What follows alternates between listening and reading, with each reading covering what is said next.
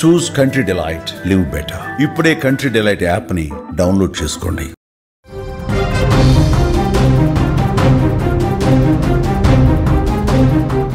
War zone breaking news చూస్తున్నాం. Russia Ukraine మధ్య మళ్లీ ఉద్రిక్తతలు పెరిగిపోతున్నాయి. ఉక్రెయిన్ పై అతిపెద్ద వైమానిక దాడి చేసింది. 11 క్షిపణులు 550 డ్రోన్లతో అటాక్ చేసింది రష్యా.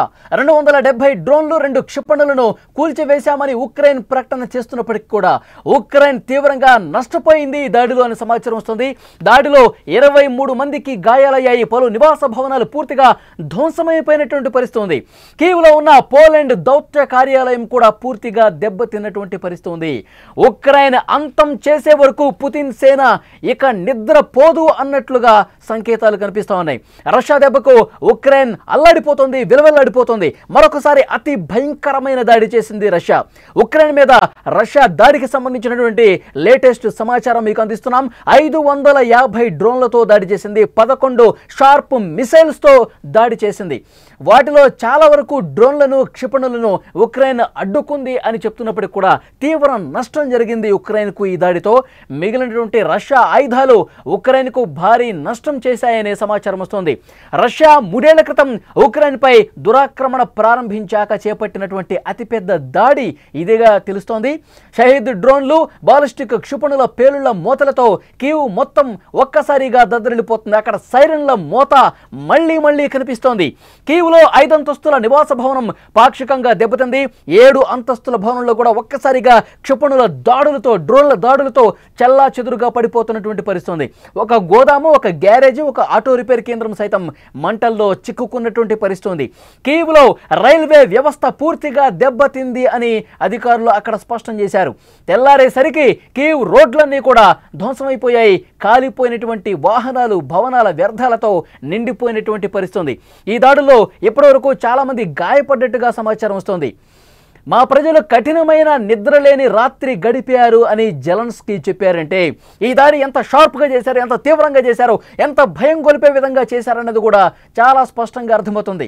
అక్కడి మెట్రో స్టేషన్లు బేస్మెంట్లు, భూగర్భ పార్కింగ్ గ్యారేజీల్లోకి పరుగులు తీశారు అని అక్కడి ఉక్రెయిన్ మంత్రి చెప్పారంటే ఉక్రెయిన్లో ముఖ్యంగా కీవ్లో అక్కడ దౌత్య కార్యాలయం పోలాండ్కి సంబంధించి పూర్తిగా ధ్వంసమైపోయింది.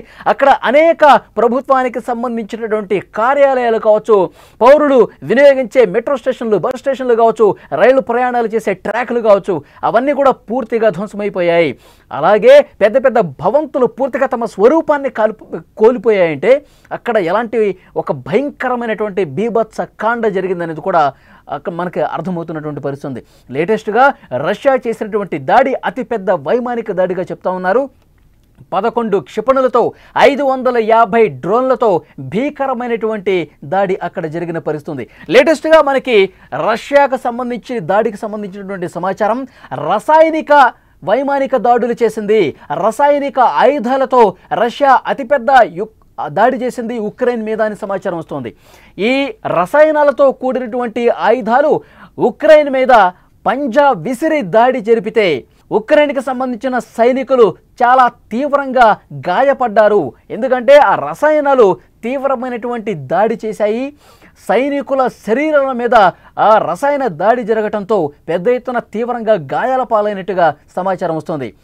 చాలా హాని కలిగించే దాడిగా దీన్ని చూస్తూ ఉంది యుక్రెయిన్. అలాగే ఉక్రెయిన్ మీద ఈ దాడి జరిగిన తర్వాత నెదర్లాండ్స్ ఇంటెలిజెన్స్ కూడా చాలా స్పష్టంగా చెప్పింది, రష్యా కేవలం క్షిపణులు, డ్రోన్లతో దాడి చేసిందని పైకి కనిపిస్తూ ఉంది.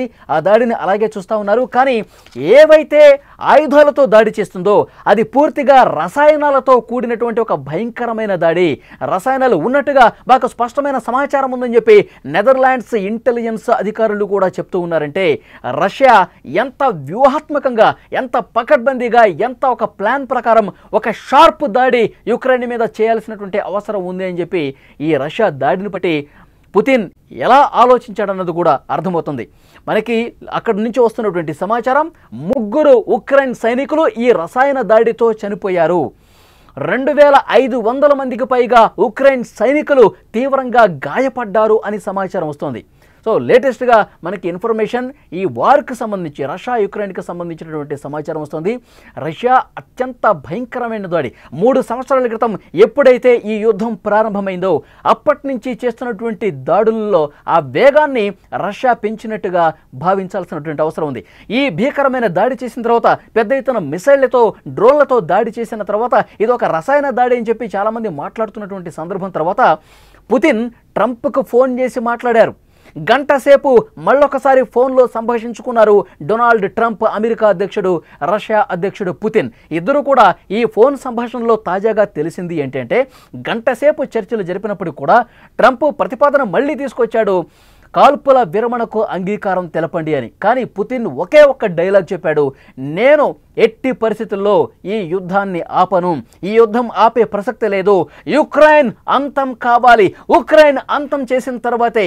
ఎందుకంటే అతిపెద్ద డ్రోన్ దాడితో, ఒక తెలివైన దాడితో మా వైమానిక స్థావరాల మీద డ్రోన్లను పంపించి, మా దేశం నుంచే డ్రోన్లు పంపించి ఒక తెలివైన దాడిగా జెలెన్స్కీ చేశాడు, మాకు తీవ్ర నష్టం కలిగించాడు. కానీ అది ఎప్పటికీ కూడా మా గుండె మీద గాయంగా మిగిలిపోతుంది, ప్రతీకారం తీర్చుకోవాల్సిందే అని చెప్పి పుతిన్ దాడులకు అప్పటి నుంచి వ్యూహాత్మకంగా చేస్తూ ఉన్నాడు. మరింత పగతో ప్రతీకారంతో రగిలిపోతూ ఈ దాడులు చేస్తున్నట్టుగా కనిపిస్తోంది. నిన్న ట్రంప్తో కూడా పుతిన్ ఇదే విషయం చెప్పాడు, ఎట్టి పరిస్థితుల్లో ఉక్రెయిన్ అంతం అయ్యే వరకు ఈ దాడులు ఆపే ప్రసక్తే లేదు, ఈ దాడులు ఇదే విధంగా కొనసాగుతుంది, యుద్ధం కొనసాగుతూనే ఉంటుంది, జెలెన్స్కీ కాళ్ల బేరానికి రావాలి, యుక్రెయిన్ పూర్తిగా తమ కాళ్ల బేరానికి వచ్చి చేతులు జోడించి మొక్కితే అప్పుడేమైనా ఆలోచిస్తానేమో, అంతవరకు ఈ యుద్ధం ఆగదు ఆగదు ఆగదు అంటూ డొనాల్డ్ ట్రంప్కి గంట సేపు మాట్లాడిన తర్వాత కూడా తెగేసి చెప్పినట్టు పరిస్థితుంది. ట్రంప్ దీనికి సంబంధించి కూడా మాట్లాడారు. వైట్ హౌస్ నుంచి ఒక ప్రకటన కూడా వచ్చింది రష్యా యుక్రెయిన్కి సంబంధించి. పుతిన్ అసలు ఎక్కడా వెనక్కి తగ్గట్లేదు, తగ్గేదే లేదు అంటున్నాడు. ఒక్క రోజు కూడా యుద్ధం ఆపటానికి అంగీకరించటం లేదు.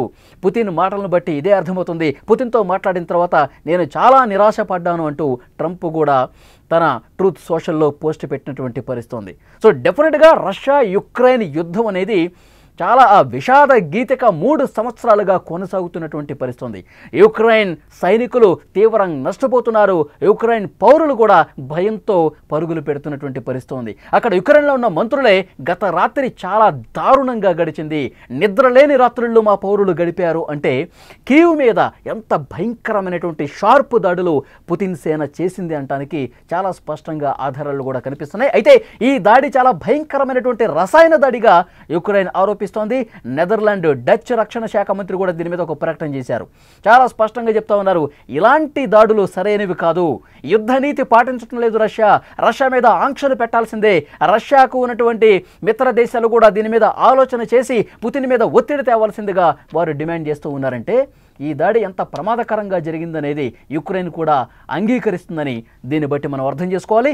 మనకు లేటెస్ట్గా అందుతున్న సమాచారం, రష్యా యుక్రెయిన్కి సంబంధించి ఈ వార్ ఎప్పుడు ముగుస్తుందో ఎవరికీ తెలియట్లేదు. ఈ వార్ చాలా దారుణాతి దారుణమైనటువంటి పరిస్థితులు తీసుకొస్తోంది, ఉక్రెయిన్ను కకావికలం చేసేస్తోంది పుతిన్ సేన. ఈ వార్ ఎప్పుడు ఆగుతుందో తెలియట్లేదు.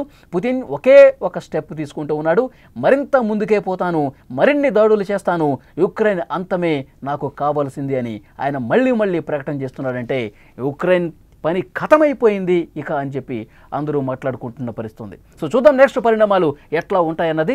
ఒక భయంకరమైన దాడి తర్వాత గంట సేపు ఫోన్లో మాట్లాడిన తర్వాత కూడా పుతిన్ ఎక్కడా వెనక్కి తగ్గలేదు, యుక్రెయిన్ అంతమే కావాలి అని కోరుకుంటున్నాడు.